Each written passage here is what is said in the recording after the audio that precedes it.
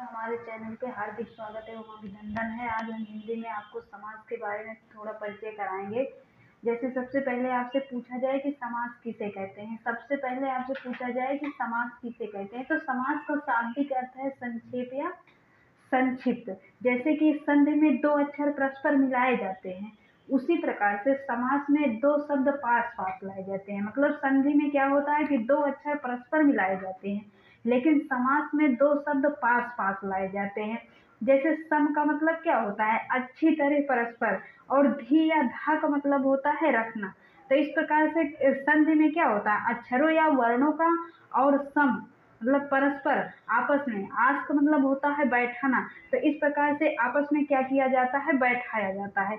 लेकिन इन्हीं मुख्य शब्दों को पास पास बैठाने की विधि की, जिस प्रकार से आपको वर्णों में बिठाने की बात कही जाती है, उसी प्रकार से समास में भी क्या होता है, इन्हीं मुख्य शब्दों को पास पास बैठाने की विधि को क्या कहते हैं, समास कहते हैं। तो समास का अगर शाब्दिक अर्थ निकाला जाए तो इसका संक्षेप या संक्षिप्त होता है। अगर परिभाषा आपसे पूछी जाए, मान लो, तो दो या दो से अधिक शब्दों से मिलकर बने एक नए सार्थक शब्दों को क्या कहते हैं, समास कहते हैं। जैसे मान लो, जिन दो मुख्य शब्दों का मेल से समास बनता है, क्या जिन दो मुख्य शब्दों के मेल से समास बनता है, उन शब्दों को क्या कहते हैं, खंड या अवयव कहते हैं। जैसे मान लो, घनश्याम में क्या है, घन पहला है, पूर्व खंड है, और श्याम क्या है, दूसरा खंड है।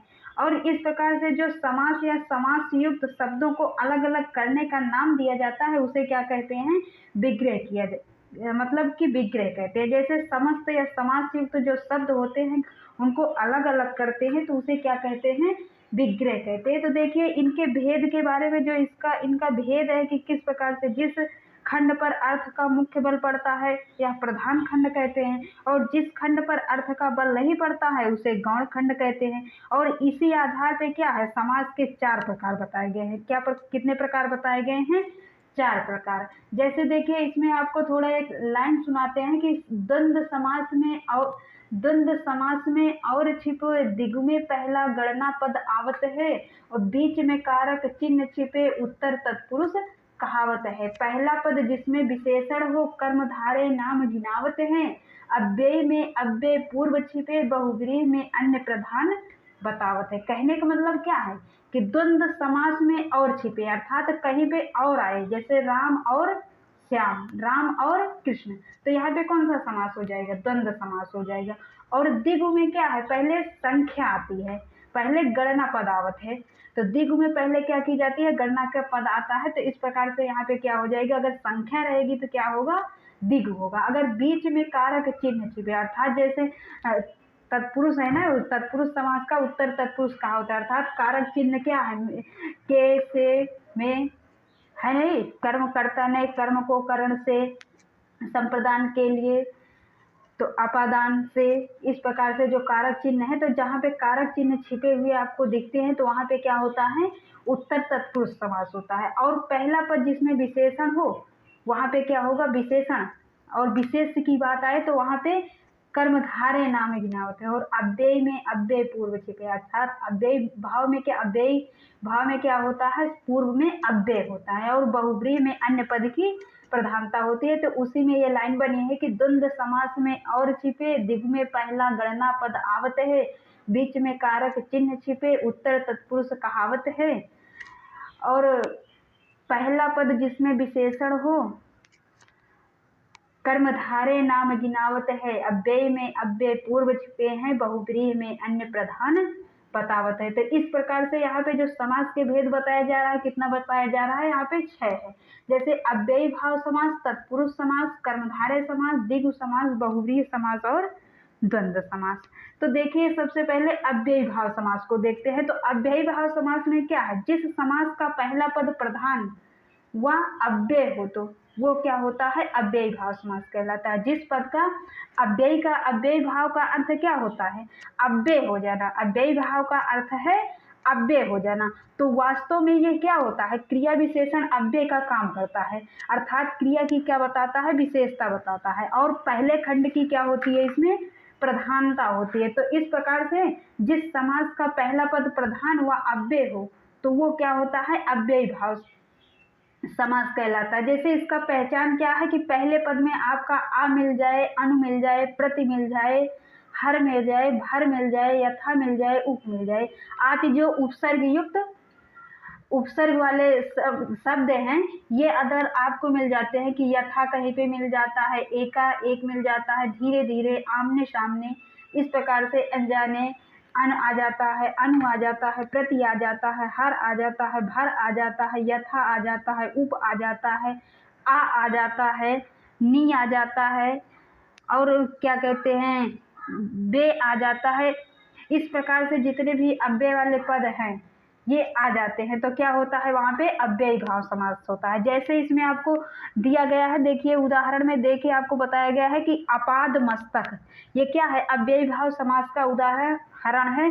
अपाद मस्तक अर्थात पाद पैर से क्या है, मस्तक तक है।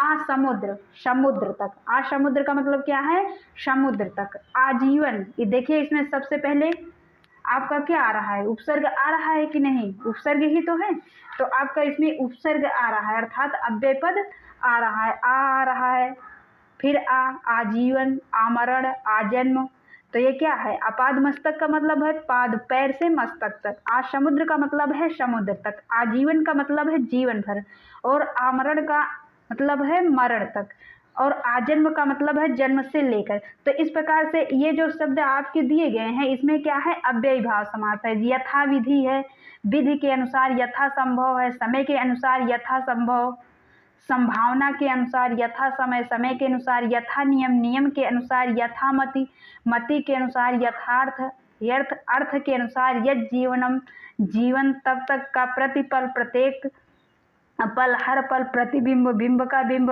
प्रतिक्रिया, क्रिया से प्रेरित क्रिया, प्रतिघात, घात के बदले घात, प्रति क्षण, हर क्षण, प्रत्येक क्षण, प्रत्यक्ष, प्रतिधन, अच्छा आंखों के सामने है, प्रत्यंग, अंग अंग, प्रत्युपकार, प्रतिधन उपकार है, प्रति उपकार। तो इस प्रकार से जितने भी शब्द हैं ये क्या हैं, आपके अव्ययी भाव समास के उदाहरण है। जैसे बेचैन है, बेकाब है, बाखूबी है, खूबी के साथ, बारंबार, बार बार, बेचैन, बिना चैन के, बेकाम, बिना काम के, बेखटके, बिना खटके, बेफायदा, बिना फायदा के, बेमतलब, बिना मतलब के, दिनों दिन, दिन ही दिन में, रातों रात, रात ही रात में, हाथों हाथ, हाथ ही हाथ, कानों कान, कान ही कान, निर्भय, बिना भय के, निधड़क, बिना धड़क के, निडर, बिना डर के, साफो साफ, साफ साफ, भरपेट, पेट भर, भरसक, शक्ति के अनुसार, हर रोज, प्रत्येक रोज, हर समय, प्रत्येक समय, हर काम, प्रत्येक काम, हर संभव, प्रत्येक संभव। तो ये सारे आपके किसके उदाहरण हैं, अव्ययी भाव समास के उदाहरण है। अर्थात कभी कभी आपसे पूछ लिया जाएगा कि आमरण में कौन सा समास है, तो आमरण में आपसे पूछा जाए कि कौन सा समास है, तो आप बताइए अव्ययी भाव समास है। यथा विधि में कौन सा समास है, तो विधि के अनुसार, इसका अर्थ क्या है, विधि के अनुसार, यहाँ पे कौन सा समास है, अव्ययी भाव समास। अर्थात यथा नियम में पूछा जाए कौन सा समास है, तो नियम के अनुसार अर्थात अव्ययी भाव समास। प्रतिक्रिया में पूछा जाए कौन सा समास है, प्रतिक्रिया, तो क्रिया से प्रेरित, तो ये जैसे भरपेट है, ये बहुत ही इंपॉर्टेंट है, भरपेट, पेट भर के, अर्थात यहाँ पे कौन सा समास होगा, अव्ययी भाव समास होगा। हर रोज, प्रत्येक रोज, यहाँ पे कौन सा समास होगा, अव्ययी भाव समास होगा।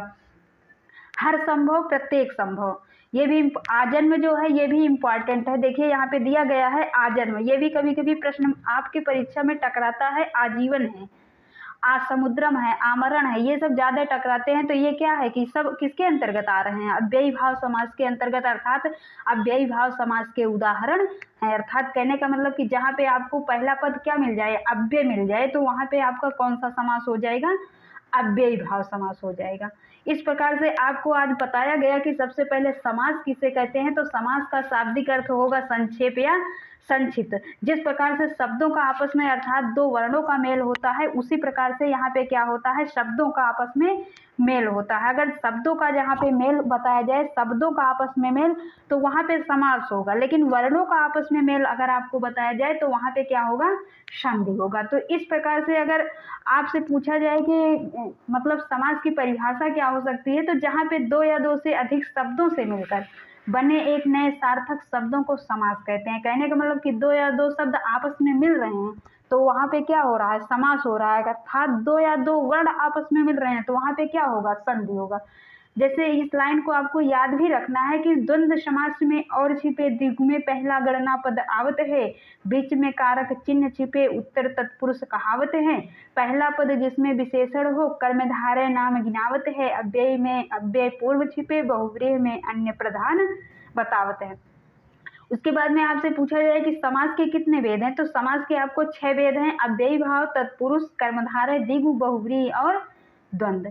और अव्ययी भाव जिसमें सबसे पहले आपको अव्ययी भाव बताया गया, तो अव्ययी भाव का मतलब है कि जिस समास का पहला पद क्या हो, प्रधान व अव्यय हो, तो वहां पे क्या हो जाएगा, अव्ययी भाव समास। जैसे इसका अगर आपको पहचान करना है तो पहले पद में आपको आ मिलेगा, अनु मिलेगा, प्रति मिलेगा, हर मिलेगा, भर मिलेगा, यथा मिलेगा, उप मिलेगा, ये आदि उपसर्ग आपको मिलेंगे। तो इस प्रकार से फिर आपसे अपाद मस्तक, मान लो इसके उदाहरण कौन कौन से हैं, तो अपाद मस्तक हैं, आसमुद्रम है, आजीवन है, आमरणम है, आजन्म है, यथा विधि है, यथा समय है, यथा शंभो, यथा नियम, यथामति, यथार्थ, यज्जीवन, प्रतिफल, प्रतिबिंब, प्रतिक्रिया, प्रतिघात, प्रतिक्षण, प्रत्यक्ष, प्रत्यंग, प्रत्युपकार, हर रोज, हर समय, हर काम, हर संभव, ये सब क्या है, अव्ययी भाव के ही उदाहरण। आगे अगर आपसे पूछा जाए बाखूबी भी आ जाए, बारंबार भी आ जाए, बेचैन, बेकाम, बेखटके,